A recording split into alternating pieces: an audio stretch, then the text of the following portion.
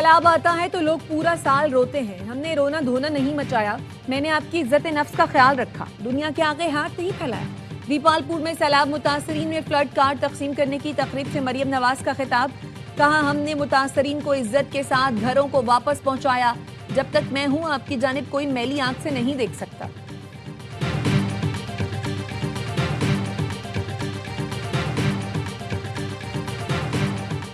वज़ीर आला खैबर पख्तूनख्वा सोहेल आफरीदी की ज़ेर सदारत आला सतह इजलास। करप्शन पर ज़ीरो टॉलरेंस अपनाने और मुलव्वस अफराद के खिलाफ सख्त एक्शन का फैसला। ट्रांसफर पोस्टिंग के लिए सिफारिश कल्चर का खात्मा किया जाएगा। इजलास में फैसला किया गया, सियासी बुनियादों पर गिरफ्तारियां बंद और आज़ादी इजहार का एहतराम किया जाएगा। खैबर पख्तूनख्वा पुलिस को जदीद असलहा, आलात और फंड फराहम किए जाएंगे।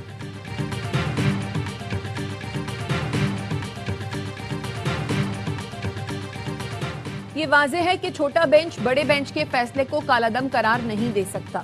हम आईनी बेंच के साथ सुप्रीम कोर्ट के मेंबर भी हैं। जब चीफ जस्टिस हुक्म देंगे हम ये टोपी उतारकर दूसरी टोपी पहन लेंगे। सुप्रीम कोर्ट के आईनी बेंच में 26वीं तरमीम के खिलाफ दरखास्तों की समाअत के दौरान जस्टिस जमाल मंदोखेल के रिमार्क्स।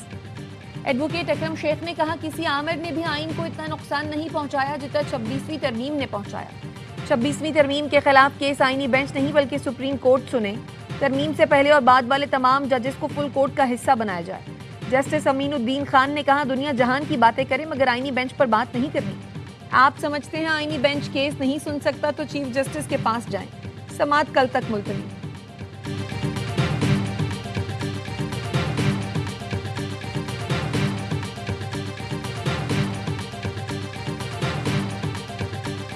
पाकिस्तान और अफगानिस्तान ने दहशतगर्दी के खात्मे पर इत्तेफाक किया।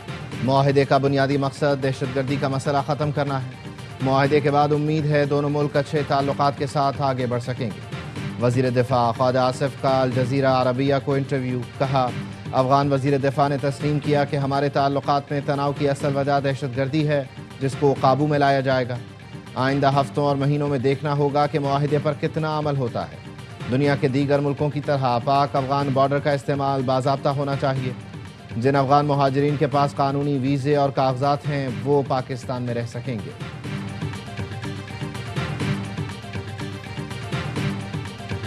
सऊदी अरब का पाकिस्तान और अफगानिस्तान के दरमियान जंगबंदी का खैर मकदम। सऊदी वजारत खारजा ने बयान में कहा, सऊदी अरब तमाम इलाकाई और बैनुल-अक़वामी कोशिशों की हिमायत का अदा करती है जो अमन व इस्तेहकाम के फ़रोग़ के लिए की जा रही हैं। उम्मीद है दोनों मुल्कों के दरमियान सरहदी कशीदगी के खात्मे का ये इक़दाम पायदार अमन की राह हमवार करेगा।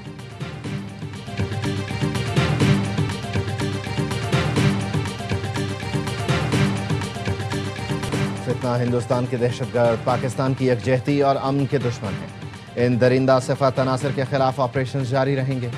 पाकिस्तान से फितना हिंदुस्तान का खात्मा करके दम लेंगे। वफाकी वज़ीर दाखिला मोहसिन नकवी की गवर्नर खैबर पख्तूनख्वा से मुलाकात में गुफ्तगू। कहा, वफाकी हुकूमत खैबर पख्तूनख्वा में अमन व अमान और इंसदाद दहशतगर्दी के लिए ताउन फराहम कर रही है। दहशतगर्दी के खिलाफ जंग में खैबर पख्तूनख्वा के आवाम की कुर्बानियों को कदर की निगाह से देखते हैं। फैसल करीम कुंडी ने कहा, खैबर पख्तूनख्वा की तरक्की और खुशहाली के लिए क़याम अमन और दहशतगर्दों के खिलाफ इंटेलिजेंस बेस्ड ऑपरेशन नागुज़ीर हैं।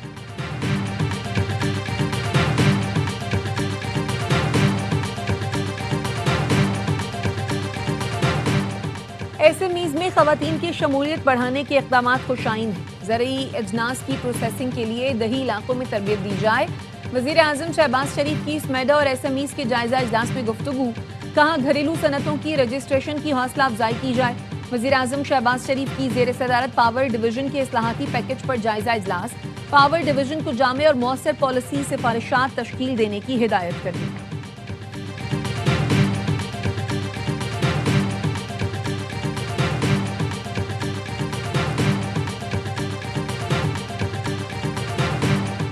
मुल्क में पेट्रोलियम मसनूआत की किल्लत का खदशा। सिंध इंफ्रास्ट्रक्चर डेवलपमेंट सेस के नफाज से पेट्रोलियम मसनूआत की KPT से क्लियरेंस में ताख़ीर। ऑयल कंपनीज एडवाइजरी काउंसिल ने वज़ीर आला सिंध को हंगामी तौर पर खत लिखकर आगाह कर दिया। OCAC का कहना है कार्गो और बंदरगाहों पर खड़े जहाज भी डिस्चार्ज हो रहे हैं। फौरी कस्टम क्लियरेंस की जरूरत है। केमाड़ी में ऑयल का जखीरा खत्म हो रहा है। KPT पर बर्थ पर खड़े 2 जहाजों की फौरी क्लियरेंस की जरूरत है।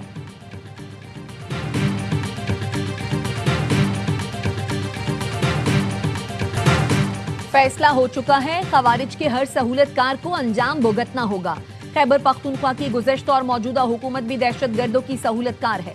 बानी पीटीआई का कहना है मुल्की सलामती की सूरत हाल के पेश नजर उन्हें रिहा किया जाए, जो हरगिज मुमकिन नहीं होगा। विफाकी वजीर रेलवे हनीफ अब्बासी की मीडिया से गुफ्तगू। विफाकी वजीर एहसन इकबाल ने कहा, फील्ड मार्शल की क़यादत में अफवाज पाकिस्तान ने मार्का हक में तारीखी कामयाबी हासिल की। आज पूरी दुनिया में पाकिस्तान का वक़ार बुलंदियों को छू रहा है।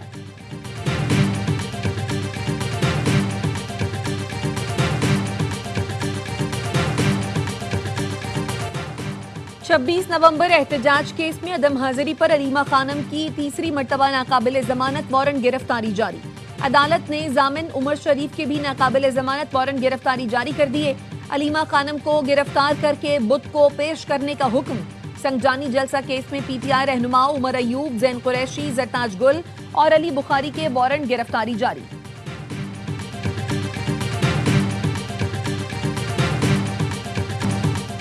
भारत ने रूसी तेल की खरीदारी न रोकी तो उस पर भारी टैरिफ जारी रहेंगे।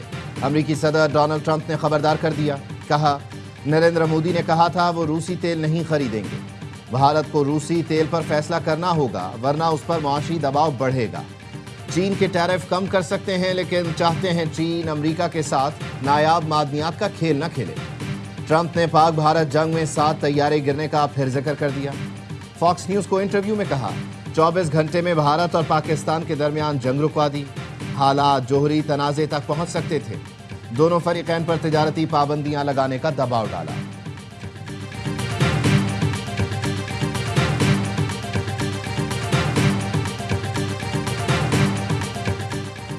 हुकूमत में रहना है या नहीं, आजाद कश्मीर हुकूमत के मुस्तकबिल से मुतालिक हतमी फैसला रवा हफ्ते होने का इम्कान। सीईसी ने फैसले का इख्तियार आसिफ जरदारी को दे दिया। ज़राए का कहना है सदर ममलकत मुशावरत के बाद आज़ाद कश्मीर हुकूमत पर फैसला करेंगे। पीपल्स पार्टी आज़ाद कश्मीर की पार्लिमानी पार्टी हुकूमत से अलहदगी की सिफारिश कर चुकी है।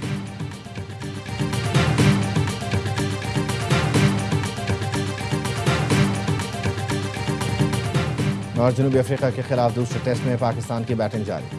कप्तान शान मसूद और अब्दुल्ला शफीक की निस्फ सेंचुरियां। अब्दुल्ला 3 चांस मिलने के बावजूद 57 रन बनाकर आउट हो गए। शान ने 87 रन बनाए। बाबर एक बार फिर नाकाम रहे।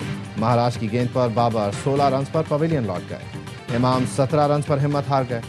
पाकिस्तान ने पहली इनिंग्स में 200 से ज्यादा रन स्कोर कर लिए। हार्मर और महाराज ने 2-2 विकेटें हासिल की।